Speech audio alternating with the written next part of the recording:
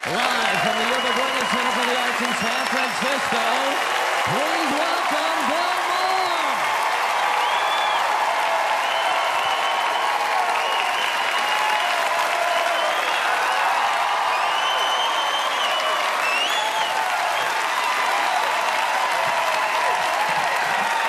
Thank you very much. Thank you, folks. Hey, please, I haven't... Hey. Thank you. Hey. I appreciate that, I appreciate that encouragement. Because it's a controversial... Oh, where'd it go? There was a little thing. It was only about this big, right? It was... That said, be more cynical. That's the title of this. And ever since it came out, people have been asking me, do I mean that? They're like, you're kidding. They think I'm sarcastic or ironic or... I'm not. Everybody says we're too cynical. No, we're too stupid. If you think Rosie O'Donnell and Penny Marshall are shopping at Kmart...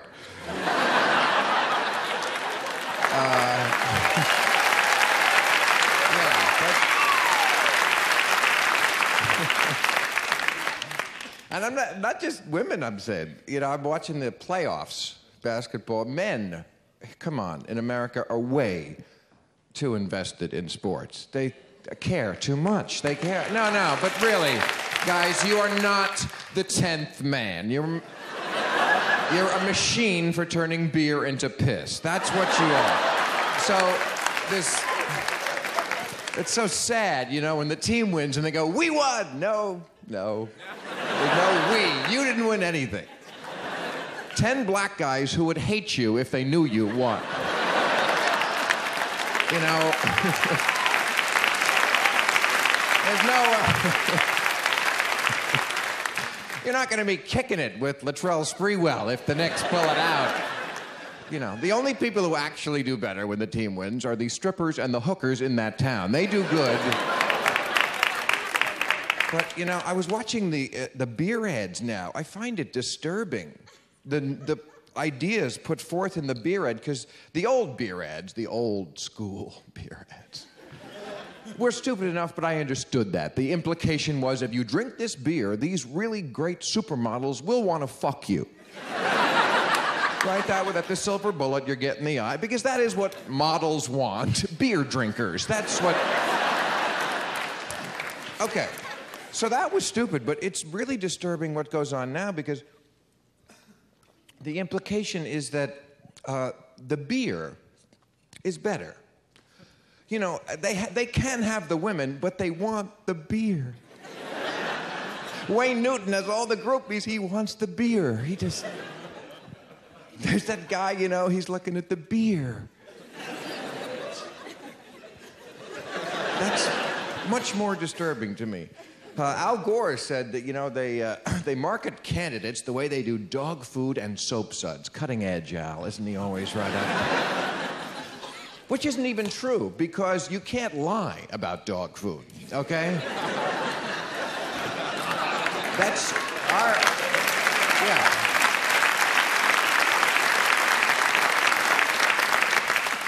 Our elections are screwed up because of money, but money wouldn't matter unless it could buy advertising that convinces us of anything.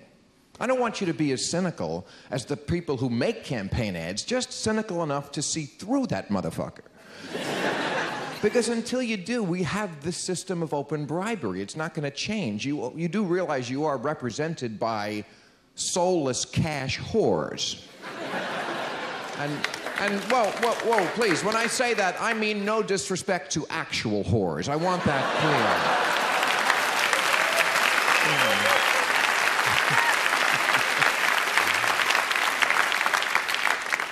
The U.S. government now is like a maitre d' in a fancy, snooty restaurant. You know, I don't seem to see a tax loophole. Oh, there it is, sir. Thank you very much.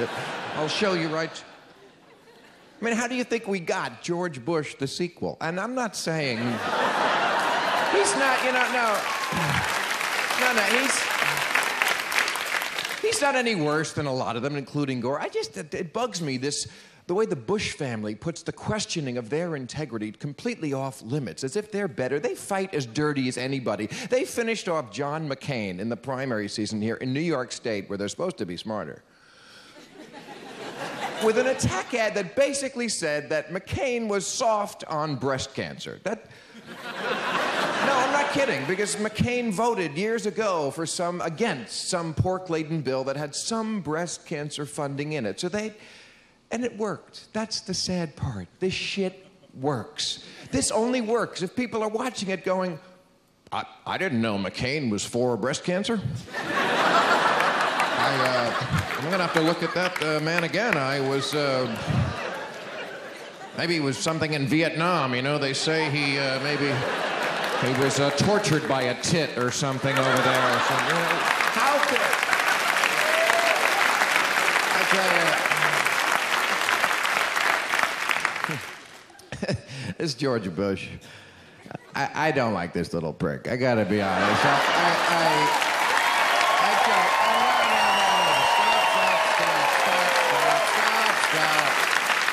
I know, San Francisco Democrat, but it's not because he's a Republican and I'm a Democrat, because I'm not that either, because we don't have two parties in this country. We have identical cousins played by Patty Duke.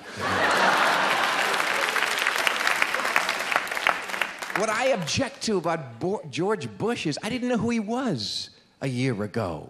You know, he was just suddenly sold to us, like Star Wars or Matthew McConaughey. You know, some things just arrive, and it's like, we funded this so much, you're gonna eat it. And it's like, what were his qualifications? Apparently he was drunk until he was 40. At which time, his dad's friends gave him some money to find oil in Texas, which he couldn't. You know, he's the boss's son who comes in and fires you. That's who George Bush is. And he's a dummy. Is no one catching on to this fact? I mean, this is the best guy of the whole Republican Party, you know?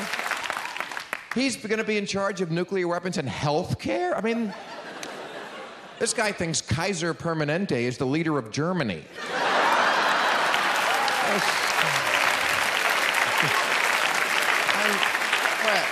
Before you go nuts, now Al Gore I also hate. But my prediction is he will win because he's Clinton without a dick, and that's what people want. That's how it is. They want Clinton without the dick part of the equation. Not that Bush has a dick either. They're both dickless wonders. Bore and Gush. That's the... And I tell you something, people would vote for Clinton, but they just won't admit it because of, you know, what he did with his thing. You know, Bush's attack ad in California said, you can challenge me on the issues, but when John McCain compared me to Bill Clinton, that was too low. Oh, you have all the things in the world. 8 years of peace and a roaring economy. The man must be punished. You know, these guys compare each other to cannibals and child molesters. You're pro-breast cancer, but not Bill Clinton. That's too low because, you know, what are we going to tell the children about Clinton? You know, it's so beyond anger there with what do we tell the children? Because, you know, we've told them about the Holocaust and the possibility of nuclear annihilation, but Bill Clinton, you can't, just the maniac with his... You know, I tell you, I would have told the kids the truth. Kids, some very bad men made the president feel guilty about his blowjob. By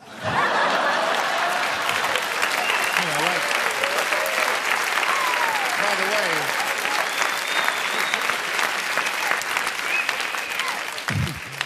as if this is what you're thinking about when you were 4. Yeah, that's what was on my mind. Sex and the presidency when I was 4. It's like, gee, what kind of pussy Eisenhower's getting now?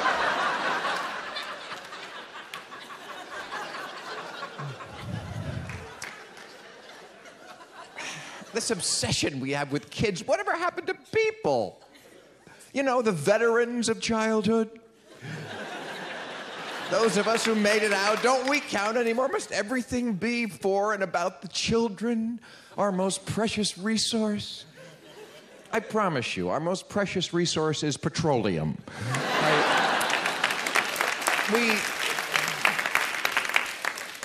Don't you think we should stop celebrating spawning? People celebrate spawning. It's not a virtue anymore. There's 6 billion people. We're not rebuilding after the flood now. You know, stop celebrating. Every Mother's Day, they give an award to some maniac who shitted out 20 kids or something. She's the mother of, you know, this woman shouldn't get an award. She should have her legs tied together and be heavily sedated. I don't want this woman able to have children.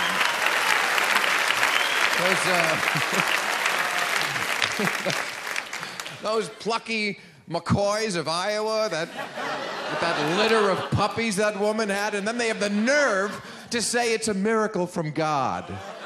It's a miracle from Pfizer, okay? This has nothing to do with God. This has only to do with masturbating into a cup and lab coats and turkey basters. The 7 children. They live in a shoe now.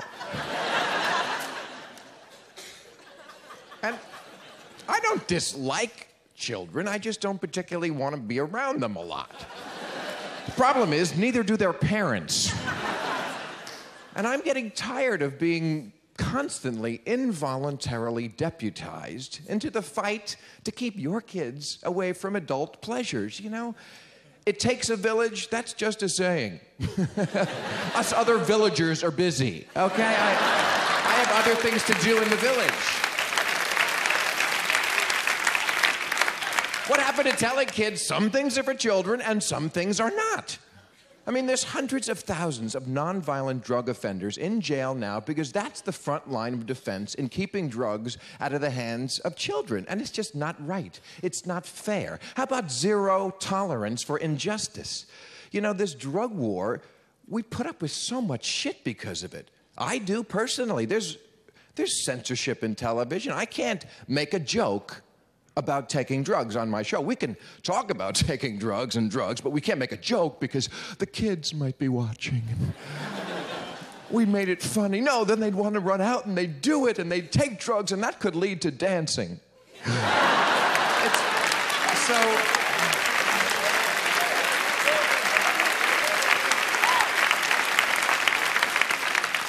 No joking. It's a little Orwellian. You know, I'm always disturbed. You ever see that sign at the airport? They have a sign, no joking. Right? You never saw that? By the metal detector? Yeah, because apparently, you know, making a joke that close to where the plane actually could crash. You know, hey, I was in the middle of a fabulous TWA 800 story, and and then when you're leaving the airport, of course, they have that sign, resume joking, which I think is sweet, but I mean, get real. You can't lie to kids about drugs. They know about drugs. You can't say they're just all bad, and they know life is a little more complicated than that. I have never done heroin. I wouldn't recommend heroin, but it hasn't hurt my record collection. You know,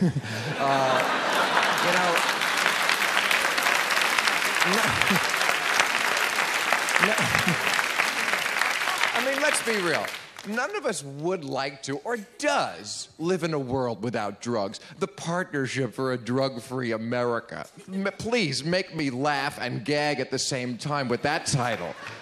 Partnership. They're a lobbying arm for the liquor and prescription drug industry. They don't want a drug-free America. They want an America free of the drugs that are their competition.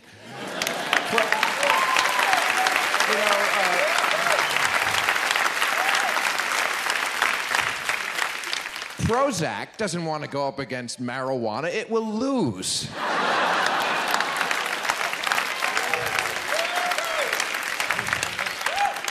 Life, you know, things have good and bad sides. Sometimes the same thing. Why can't we understand that with drugs? Dangerous, beneficial at the same time? Yeah. Cars, fire comes to mind. Only with drugs do we base the policy on what the losers do, you know? We don't base automotive policy on, you know, how Gary Busey drives.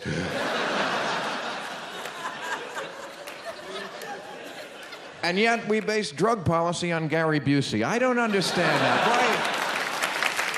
Why can't we have a consistent Gary Busey policy in America? Also, drug policy is made so anecdotally. We read about the people who OD and screw up. I read about this record executive in New York who jumped out of a window, killed himself because he couldn't find the drugs he needed. Well, you know, folks, there were times I couldn't find the drugs I needed. I didn't quit. These Generation X slackers. I didn't throw myself out a window. I called a second dealer and a third dealer, and I called friends. I went to the park. I beat and robbed old ladies. I got the drugs I needed.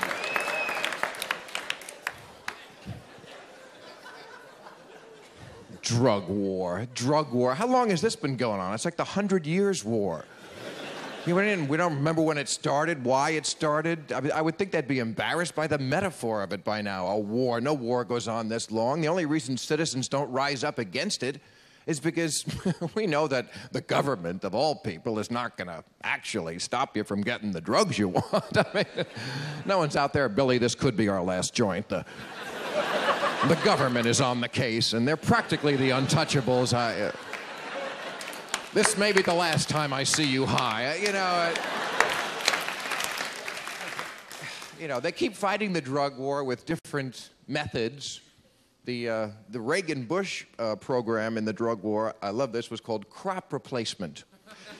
I'm not kidding. They wanted to make the farmers, the coca farmers in the Andes, stop growing cocaine, the lucrative cocaine crop, and then replace it with, I couldn't make this up, bananas and chrysanthemums, which, I'm not kidding, which, it did not work. Just off the bat, you know, have you ever tried to get a stripper back up to your room with a banana and a chrysanthemum? Because it's slow going, ladies and gentlemen. Kid this. But, no, George Bush Sr., he was a drug fighter. Remember, he called it a scourge. It's a scourge. Yeah, it was a scourge. He went into Panama to get Noriega because he was the big coke dealer. I must have went over well with Junior.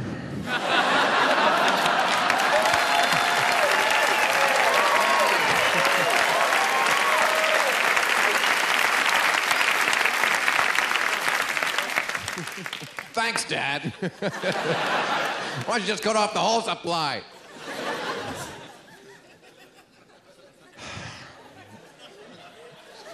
Yeah, that little Bush kid's a coke monkey. He used to call it Texas booger sugar down there, you know.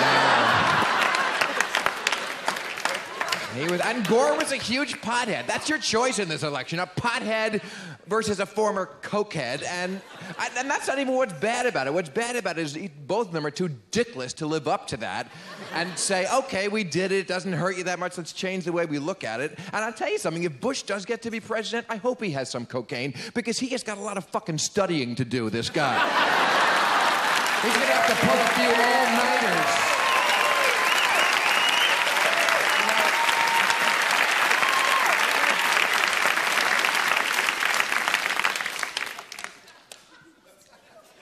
You know, privacy is so under attack in this country. Doesn't it worry you? It worries me. And this is the last place that they can't get to. Don't tell me how to manage my own head. And please stop assuming that we all agree that longevity and perfect health is always the correct option.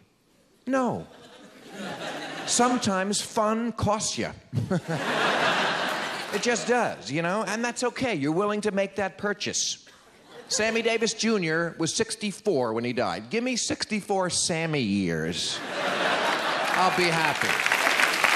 I'd rather have that than 150 Ken Starr years, I'll tell you that.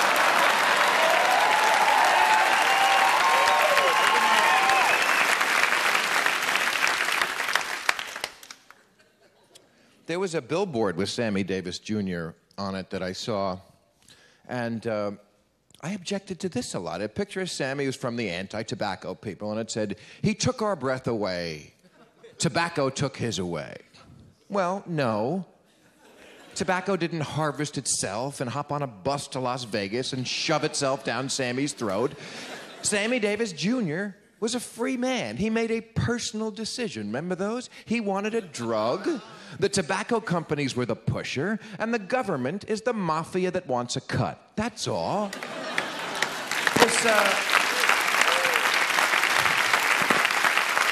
idea now that the government is suing the tobacco companies, this is a betrayal worthy of Sammy the Bull. I mean, the government has been doing nothing but finger-fucking with the tobacco companies for 75 years, taking their campaign contributions, living off their excess taxes, funding their pork programs with their extortion from protecting the states and the people from the tobacco companies. All these bribes, and they are bribes, because trust me, if ketchup had 1/20th of the carcinogens in a cigarette, they'd rip it off the shelf tomorrow.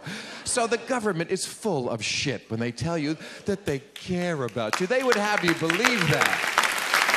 Yeah, they would have you believe that they tax the things we like, like liquor and cigarettes, because they care about you, and they want to discourage you because they care. And of course, it's government's job to take money away from the bad people and give it to the good people. I know people who think it'd be fine if cigarettes went up to $10 a pack. You know, whatever it takes to discourage, that's good, we're doing good. In fact, there's a bill in the Senate now where you can buy a pack of cigarettes, but the checkout girl, by law, has to slap you hard in the face. And if you buy a carton, you get kicked in the ass, because we're helping you. And well, it's practically like that. Have you ever asked anyone in recent years in a group of people if you could have a cigarette?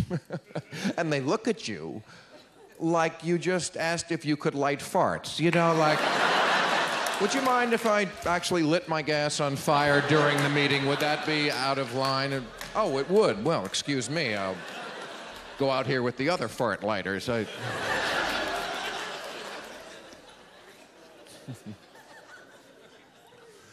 It's such a personal thing, quitting. I tried, I finally did, but I mean, it takes the longest time, and, you know, the people around you don't like it. I remember once, it's a very delicate story, but you're nice people. When I was smoking, I remember once I was standing naked by a window. I don't know, I guess I must have been fucking. Yes, I was, because I remember my girlfriend in the bed, she said, would you rather stand there and smoke a cigarette or come back to bed and eat my pussy?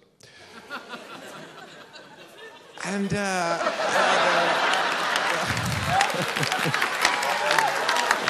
just is no good answer to that. You know, honey, that is so apples and oranges. You know,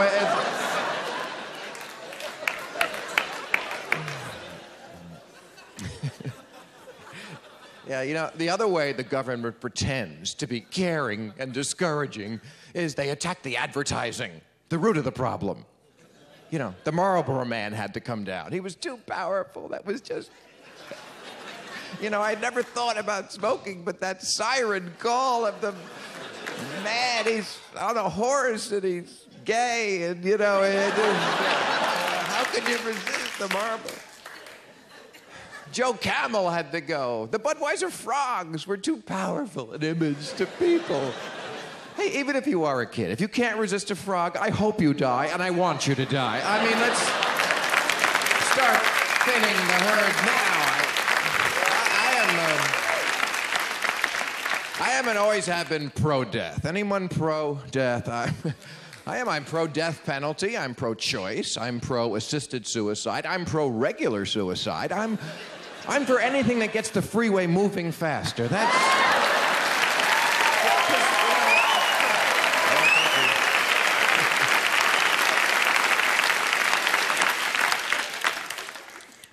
I'll clue you in a secret. Death is not the worst thing that could happen to you.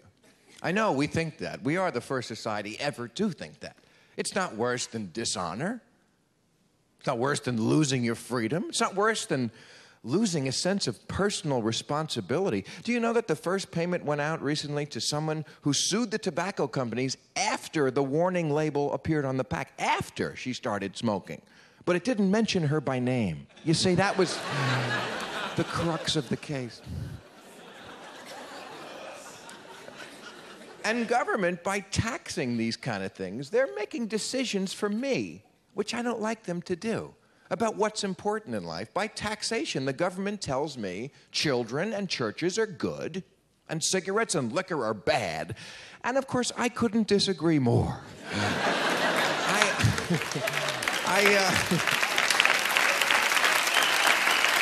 I'll tell you this, I would always rather sit next to a smoker than a child. Not that you ever really have to sit next to a smoker anymore. They've completely gotten rid of that silly, secondhand smoke doesn't exist. Not in restaurants, not in bars. In LA, you can't smoke at the beach. The beach is an ashtray. I mean, you can't smoke at auto shows. I mean, come on, there's people going around the track at 200 miles an hour in a little car, no protection, and people baking in the sun with no ozone layer, eating hot dogs filled with shit and piss and nitrates and crap. But don't light up a cigarette because we don't want you to hurt your health here. We're so inconsistent about what we let kill you. I mean, smoking must be eradicated. Marijuana, zero tolerance. But there's lots of ways to kill yourself. You know what I think kills you? Stress. And being a workaholic. And never getting laid. And McDonald's. And staying mad at people. And lying for a living. And 3 martini lunches. And the all-American breakfast. And whatever the fuck Elvis was doing. That's what kills you. Milk is not a natural unless you're a very small cow. Twinkies are not filled with wholesome goodness any more than George Bush is a reformer with results. You see what I'm saying? Just because they say it, you don't have to believe it. Everyone picks their own poison. Some people like Scott, some people like Valium, coffee, candy bars, adrenaline. How about that one? I love that drug. The one you have to score by scaring the shit out of yourself. What? That's okay. Bungee jumping, nothing wrong with it. Go ahead, whatever you want. Hey, you want to fly a prop plane in bad weather on a moonless night with little training and a broken leg? Enjoy it, Mr. Kennedy. Hey. Hey, you're a Kennedy. What could happen?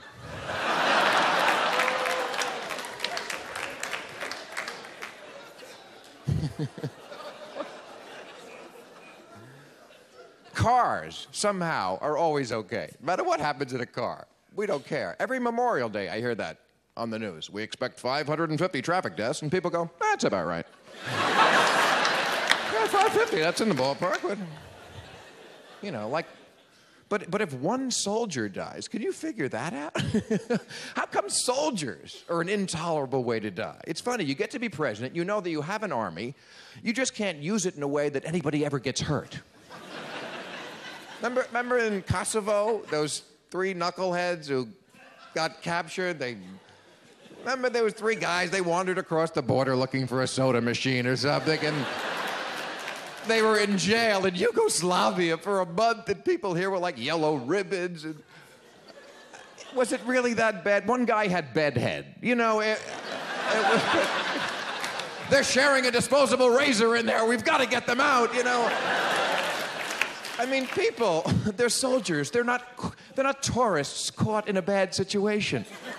They're supposed to be in a bad situation. That's why we gave them shiny helmets and guns.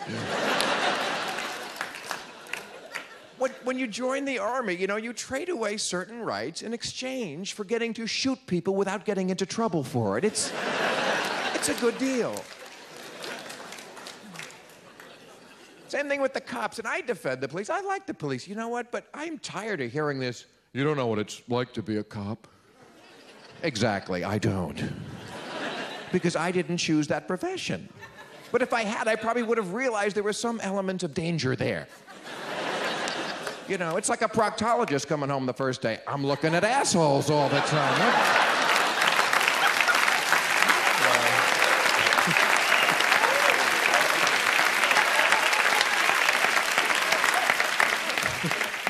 I don't remember that in medical school. But if there's one place where we should look to for killing guns, I don't understand this. Kids have to be protected from video games and movies and beer and pot and tobacco and Madonna, but never. It's never the guns. It's Bill Clinton and his blowjobs. That's really what the threat, and then it trickles down from there, you know, but the answer is never guns. To the NRA, I'm not kidding, the answer to them is more guns. You know that. They think if we were all packing, better. Then you could stop the bad guys. You see, that's if we all... That's it. They think even in the school shootings, you know, if the lunch lady had had a gun and the, librarian, then they could... Because the thing you want mostly when you're thinking of protecting your children is crossfire. That's what you really want to have present in the school system.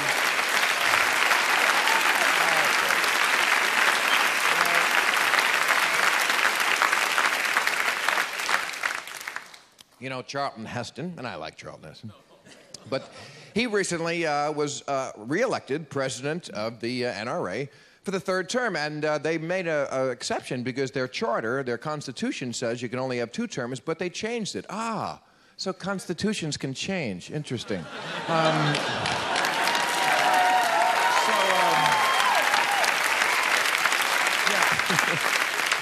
Because it is called the Second Amendment. The word amendment itself means, we had another thought. We rethought something. Because originally we needed guns here to ward off the bears, Indians, and witches. And, you know, Ben Franklin, in his great genius, could not foresee anything more advanced than the pot-bellied Apache helicopter. So things change, and the NRA has this insane idea that we need guns in our home, all of us, just in case the government gets uppity. You know, we can fight them off. Well, you know, this is good when we both had muskets, but now we don't. The government has cruise missiles and napalm, and, you know, if Janet Reno wants to come in, she's coming in, okay?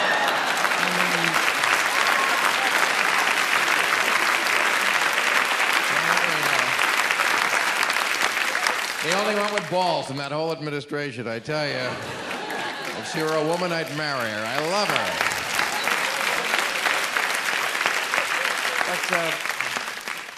Now, I'm a libertarian. That means I'm against the government doing almost anything. But citizens having arsenals? No. That is the kind of rough stuff I would like the government to get involved in. You know, can a citizen have a gun? Yes, a gun. David Koresh? Not a hero, folks. At Waco, he had hundreds of illegally modified machine guns, thousands of hand grenades, 1 million rounds of ammunition. Either he was planning something big or he was getting into rap. I don't know, but...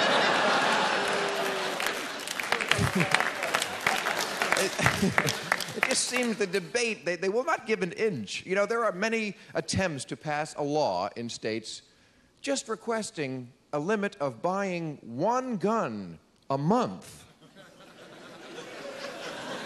And it doesn't pass. People are like, what about Christmas?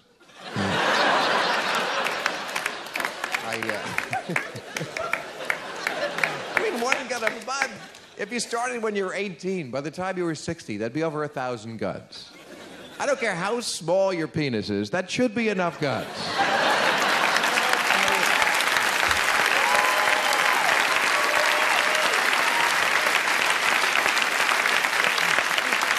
We get the guns off the street and back into Ike Turner's trunk where they belong, ladies and gentlemen.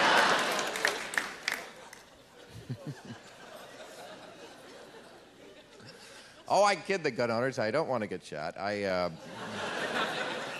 fear the gun owners. I fear all the protected classes that we go after, but none more than women, I must say.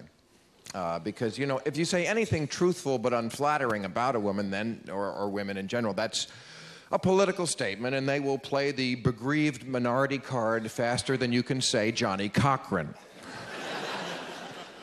Which is ironic because they can say anything about us and we just take it. I mean, look at the words they use about us. Dog, pig, snake, rat, lizard.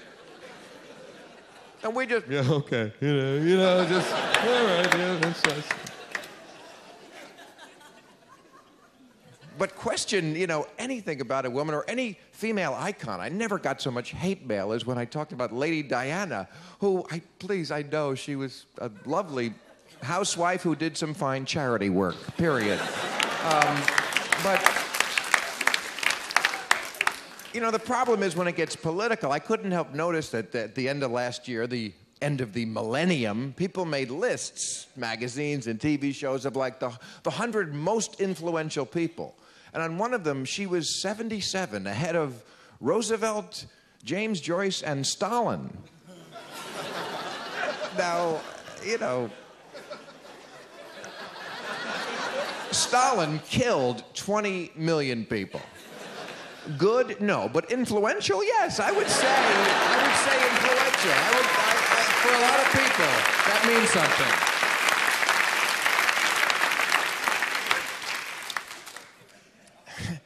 And it's ironic that she would beat Stalin because feminism is so close to communism. In that the party makes directives and all the citizens must pretend that it makes sense. You know, Sophia Loren is a very sexy woman, yes. You know, wherever Sophia Loren shows up, she is the sexiest woman here. Yes, she is the sexy woman. I've seen so many celebrities pandering to the notion of Sophia Loren. Oh, if I could have one night with Sophia Loren, you'd eat Ovaltine and go to bed, okay? She's a 68-year-old grandmother of 6. Unless you're gonna fuck her with a time machine. Either words have meaning or they don't. Sexy means you want to stick your tongue in someone's mouth. Do you want to stick your tongue in grandma's mouth? I don't think so.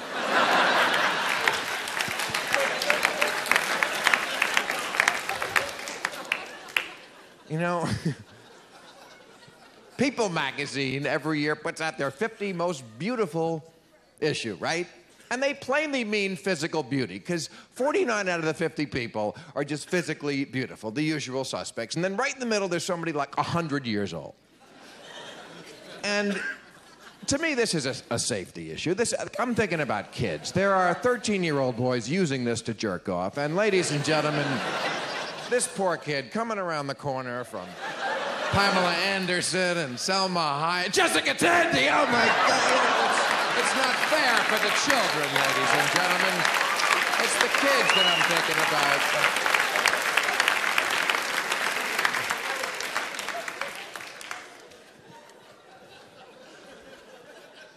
Plus, I mean, the reality is men and women are perceived differently with age. That's the way it is. We didn't make it that way. Older men are, for some reason, yes, still more attractive than older women. And it wouldn't be that way if you still didn't want to fuck Sean Connery, so shut up. And then you blame us, you know. Mick Jagger has a Peter Pan complex. Mick Jagger, he can't grow up. Yeah, he can't grow up because hot chicks still fuck him. That's why. Mick Jagger fucks young girls for a reason. He can. Believe me, plumbers his age would do the same thing if they could. Men are only as loyal as their options. I mean, don't think your husband's such a hero. There's a difference between not cheating and not being able to get laid anywhere else. That hurt, I know that. But it's not me. I'm not the shallow one. The shallow are the people who put Sophia Loren on the cover and say sexy forever. It's shallow to think you should be sexy forever, to want to be sexy forever. You know, there's a reason in this country that before we found a cure for AIDS or cancer, we got a hair-growing pill and a boner pill, okay? Cancer, we'll get to it. Please, I'm working on something here. We'd like to get people hard first, okay? What is the point of keeping them alive if they can't get rock-hard erections?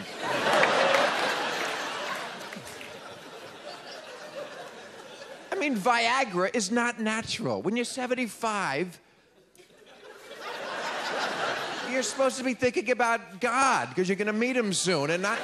about shagging a bag of bones in the next room. I mean, old ladies can't be liking Viagra. They don't want to get fucked. It's got to hurt. Standing up hurts, for crying out loud at that age. How about following nature? You know, menopause. It's right in the word. Men on pause.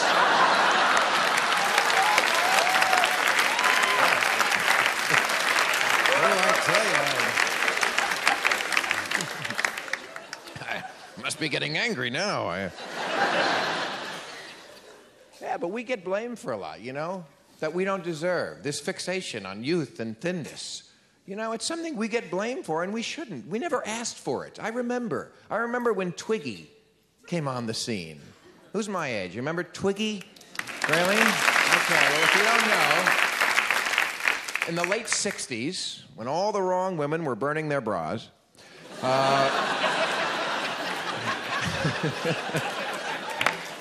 and I was 12, 13. I was just coming into my own, frequently. And I'm telling you, the girls in Playboy in 1967 were not thin. It was Sophia Loren.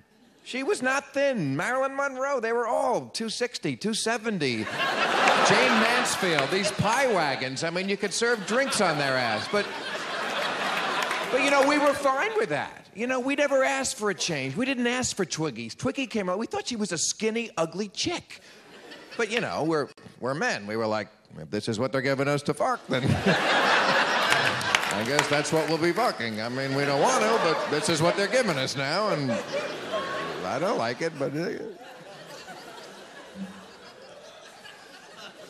You know, they made Barbie change her body because they were accusing her of giving unrealistic body images to young girls. And that, of course, is the root of the problem, dolls. Dolls, Marlboro Men, frogs. So they made Barbie, you know, they lessened her bust size and they increased her waist size, and now Barbie is back waiting tables. You know, it's... They should have let her keep that tit job. She had the Malibu beach house and the Corvette. I mean, Barbie was a whore. You knew that, didn't you? I mean, that's what she did. When they say Ken comes separately, that's... I don't know if you...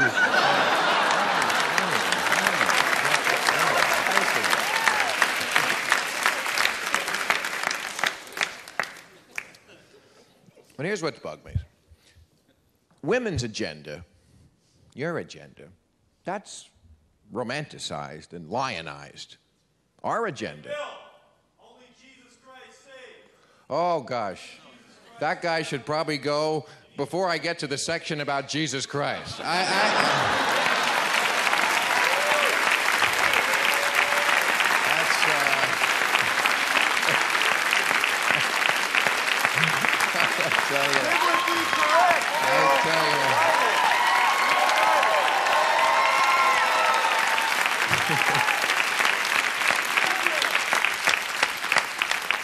What I'd really like to do is gag you and sit here and make you hear it.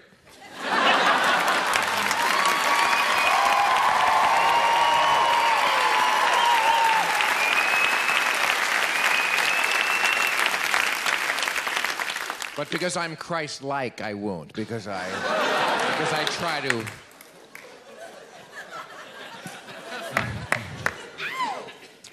Well, yes, Jesus does say. But God wants us to be horny. I can't help this. You know, only Jesus got that thing.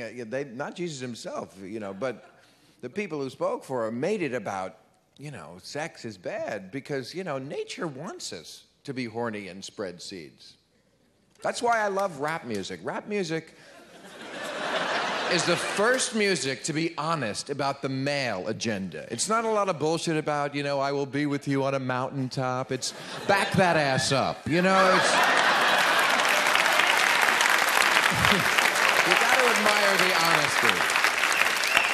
Because pop music had no honesty. For decades, male singers got up there and sang, you know, cherish is the word, and you are my special lady, you're 3 times a lady, you're my everything, you're shining star, my endless love, my special angel. 5 minutes after they're off stage, they're knee-deep in a pile of groupies. So, you know, how much can that really... To all the girls I've loved before. Remember that one? They're telling you you're disposable road trash and you're swooning. Women cannot complain anymore about men until they start showing better taste in them. And I know... And I know love is like the one place where you say there shouldn't be cynicism, but the truth is you need it there because nothing hurts more than putting your faith in fairy tales. You know, movies. The problem in movies is not violence, it's romance. I'm not kidding. Because what's every movie with the romantic plot? Guy meets a girl, she hates him, but he's gonna get her no matter what. Well, in real life, that's called stalking. You know, and it doesn't work. If somebody hates you right away, they're probably gonna hate you, you know. I mean, don't try in real life the old, you know, interrupt the wedding. There's a lot of that. Hi! I'm that crazy kooky guy you had all the adventures with. You really want to marry me? No. Security, you know, it's like, I'm getting married now. This is about money. Bye. Bye, crazy adventure guy. You know.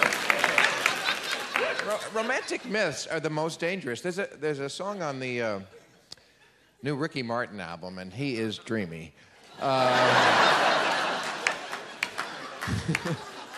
There's a song called I Am Made of You. Then what are you made of? You know, it just... And it reminded me when I was in college, I had this hippie girlfriend once, and she said, you know, when we make love, there's no me and no you.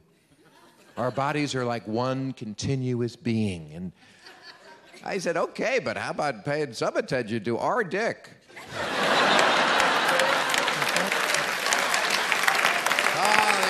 Joke, ladies and gentlemen. It's not dead. They said that about the sitcom too, but let me tell you, it'll live on. But, you know, I am not made of you. I am made of me, and I'm not ashamed of that, and men shouldn't be. You know, sexual prowess, that's what we do. You know, there's no greater feeling a man can ever have than to have a dead woman in your bed. I don't mean literally dead. I just mean fucked into unconsciousness. Just in the last position you had her, she just knocked out. You know, and then you can putter around the house and make all the noise that you want, make eggs, have the TV on, just nothing is gonna wake her up. That's, if you actually killed someone, that would be the greatest honor. The police would take me away. No, I confess, I did it right there. I killed her with my dick. Thank you very much. No, she said she couldn't take any more, but like the other 23 hours of the day, I thought she was full of shit, you know? And I'm kidding. All right, thank you very much. Oh, I can get in the front seat. Thank you very much. That's very kind of you, officer. Tom, is it Tom? Thank you, Tom. You know, I mean... We are sexual, we're kinky beings. You know, nature is kinky. You're not weird. I should have to make this point in this city. But nature is not normal. I mean, even in nature, watch the Discovery Channel. You know, there's homosexuality, there's incest, there's divorce. All birds masturbate.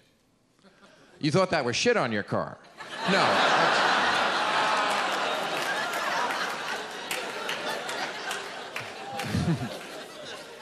And that is why we do have religion, to make us feel guilty about that. And of all the places, I'm sorry, where we need cynicism, we need it the most with religion. I mean, the Bible, people, stop with the Bible.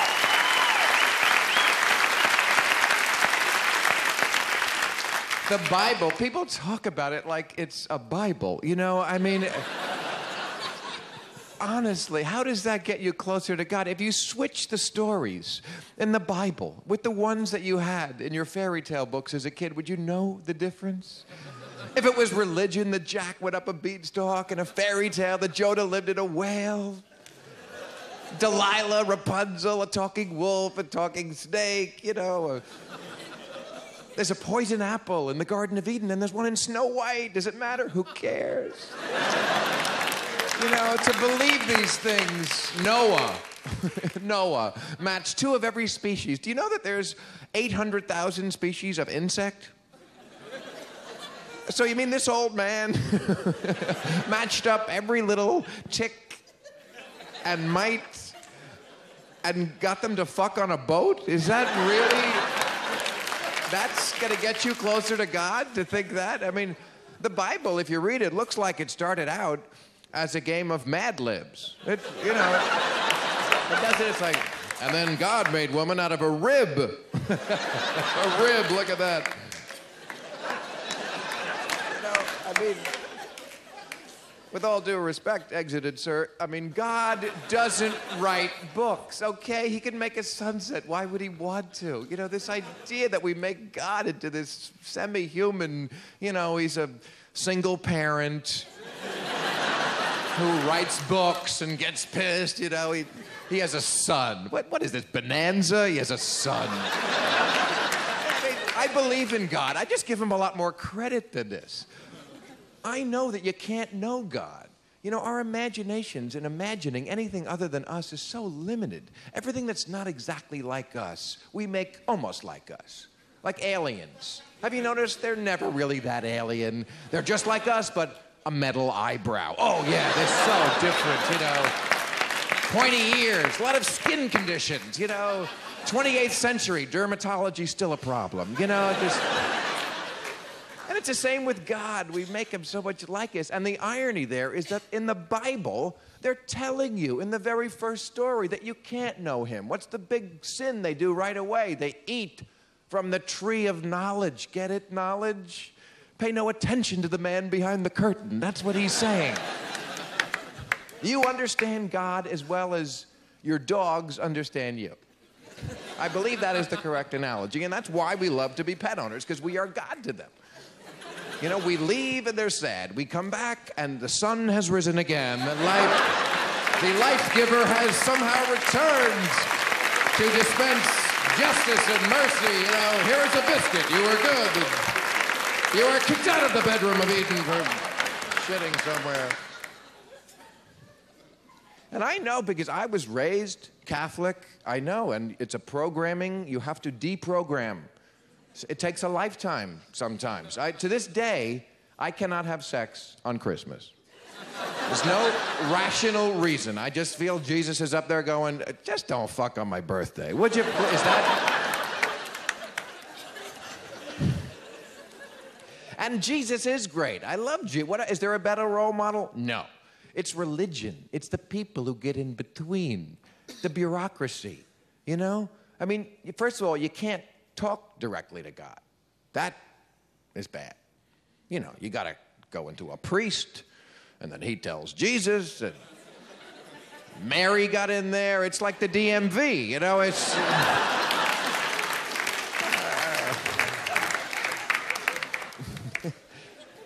And it's how people abuse Jesus. Was there ever a greater victim of name-dropping than Jesus Christ? Just what goes on at the Grammys must make him cry tears of blood. I mean, musicians, the most inarticulate egomaniacs who make models and athletes look like Salman Rushdie, thanking Jesus. That's not about Jesus, of course. It's about them. Jesus had a part in making them so brilliant and talented.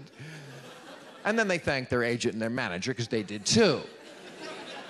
When they wear that crucifix as jewelry, the huge platinum and gold and diamonds, I'm sure that's what Jesus had in mind when he was, I hope my death will allow rappers to signal to chicks that they're rich so they can get laid more.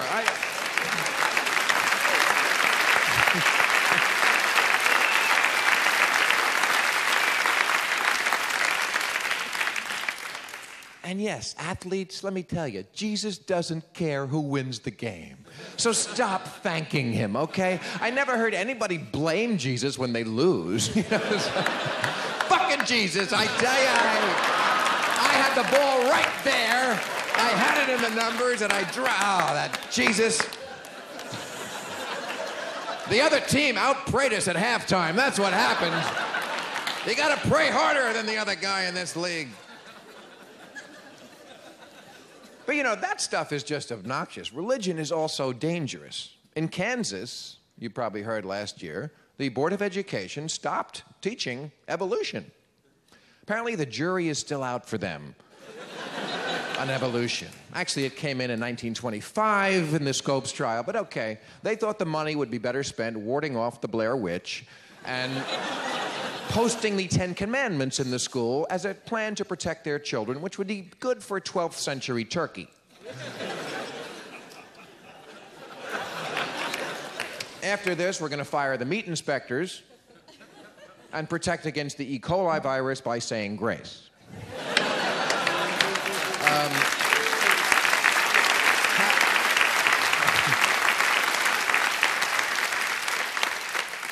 Pat Buchanan, running for president, proudly says he does not believe in evolution, and he's not too sure about gravity.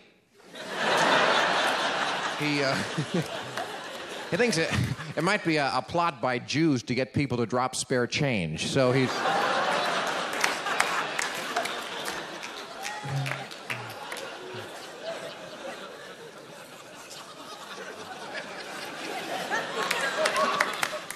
But I also tell you this about Jesus. He is not a Republican. I don't know how this party... No. I don't know.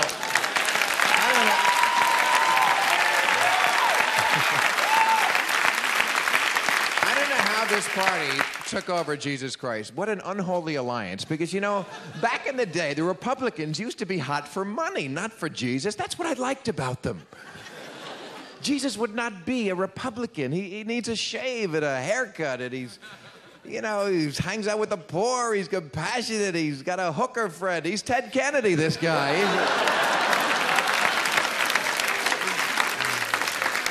God the Father, there's a Republican. the I'll drown your ass if you fuck up guy, that's a Republican. But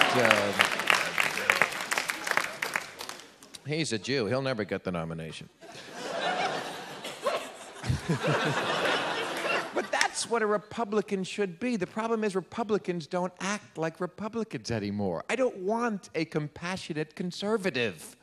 When I vote for a Republican, I want two things, a prick and a square. Okay? A father figure, if you will, to stop Mommy, the Democrat, from spending all the money.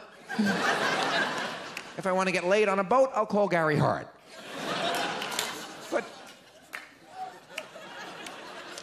Republicans traditionally provided the motivation America needed because Republican philosophy is based on the fact that a tiny percentage of fat cats can convince zillions of people who could never be fat cats that they might. How else do you sell trickle-down economics? How else does that sound good? They're practically saying, we're pissing on you. That's trickle.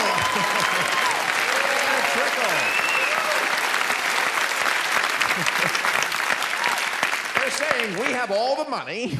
If we drop some, that's yours. That would be, whatever we can't get out the door as we're stealing into the night, that would be your portion. Well, how does that sound good unless you, like Reagan, sell the optimism of it? That you will be one of the pissers, not the... The Democrats, that's not what they're selling. They're going to piss on you, here's an umbrella. That's... Also, didn't the Republicans used to be the party of privacy? When did they become the Taliban, And I know many people will never, ever forgive Bill Clinton for what he did with his thing.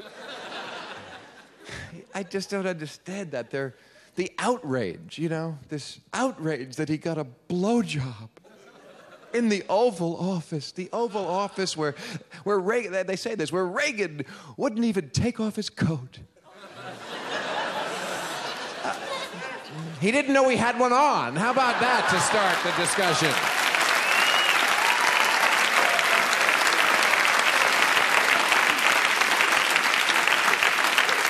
How about caring more about the brain of the president than the penis? I don't know, crazy idea.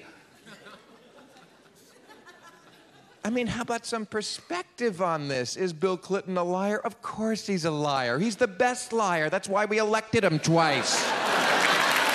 Of course he's a liar. He's the Baryshnikov of bullshit, this guy.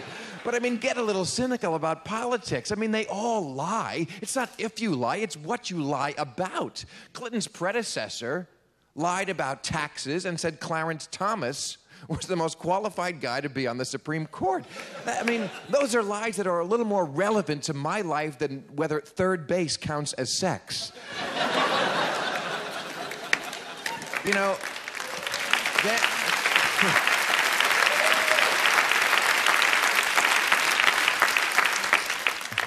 Dan Quayle once said, "There's growing scientific opinion that global warming may be good for our health." Really? What scientific opinion is this? Professor Irwin Corey and the Shell Answer Man? I mean, there's a lie bought by an oil company. You see, lies are different. Of course Clinton lied, and we were lucky to have a good liar during a witch hunt. When he disputed the word is, I was like, you go, girl. I mean, that just, you know, that set the bar for lies. That broke the record by like 2 feet to look into the grand jury and go, if you're asking me if I'm getting blown right now, no, I am not getting blown right now. There is no relationship, and by relationship, I mean getting blown, and by is, I mean right now. No one is sucking my dick as I'm giving testimony about people sucking my dick, because I have too much respect for the grand jury, and may I say America, and did I mention I'm from a place called Hope? You know.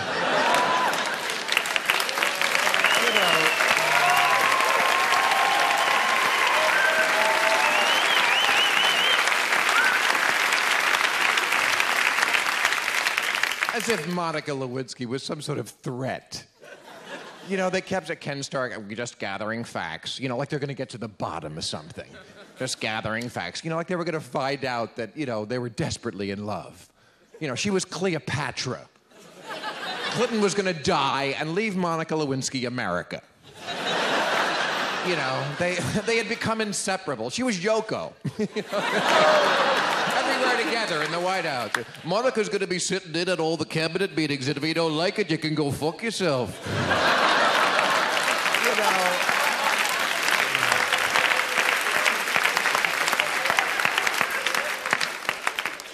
Again, like, where is the perspective? You know, people say, Clinton, he has no discipline. He's reckless. Really? Reckless? Hey, let me tell you, Kennedy, that was reckless. Kennedy was fucking East German spies, mafia couriers, White House secretaries, 2 at a time in the pool, prostitutes, and Marilyn Monroe. Yeah, Kennedy's getting Marilyn Monroe. Clinton is getting the chunky chick who brings in the mail. Things haven't changed? Come on.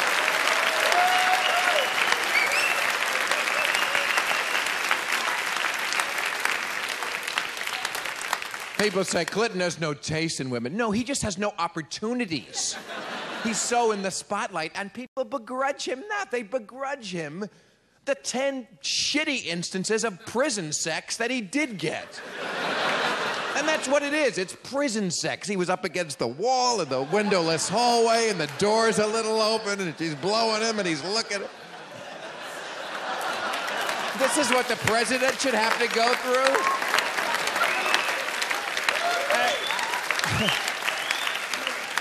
9 out of the 10 times, he didn't even come. That's not discipline. Could you do it? Oh, no, that's good. I'm fine. No, that's fine. Ooh, okay, that's good. No, that's good for me. I don't need to go. And the one time he does, she saves it and hangs him with it. I mean, come on. Some of it is bad luck, and anybody else in his position would be getting such a better type of tale. But he doesn't complain. He's so scrutinized, he has to take what he can get, and he's sacrificing for you. He's making the sacrifice of not being too particular. Because let's face it, he's not too particular. He's not a precise fisherman with women. He's got a net, this guy. He's whatever he gets in that net, you know, Monica Lewinsky, Paula Jones, Kathleen Willey, an old boot, you know, plankton. Yes, the president fucks plankton because he's busy. Every every story you hear about him points to the fact that he's busy. Paula Jones. And talk about a sacrifice. This chick could make a strap-on go limp. But, you know, every story is like her story. He brought me up to the room. There was a few minutes of small talk. He whips it out. Busy guy. He's saying, you want to dine at the governor's ball? Fine. If you don't, I got to go end welfare as we know it. I'm a very busy guy. He is so on the case. When I heard that thing about him on the phone to congressmen at 2:30 in the morning while Monica's blowing him and he's eating pizza, I was like, thank you, Mr. President. I mean,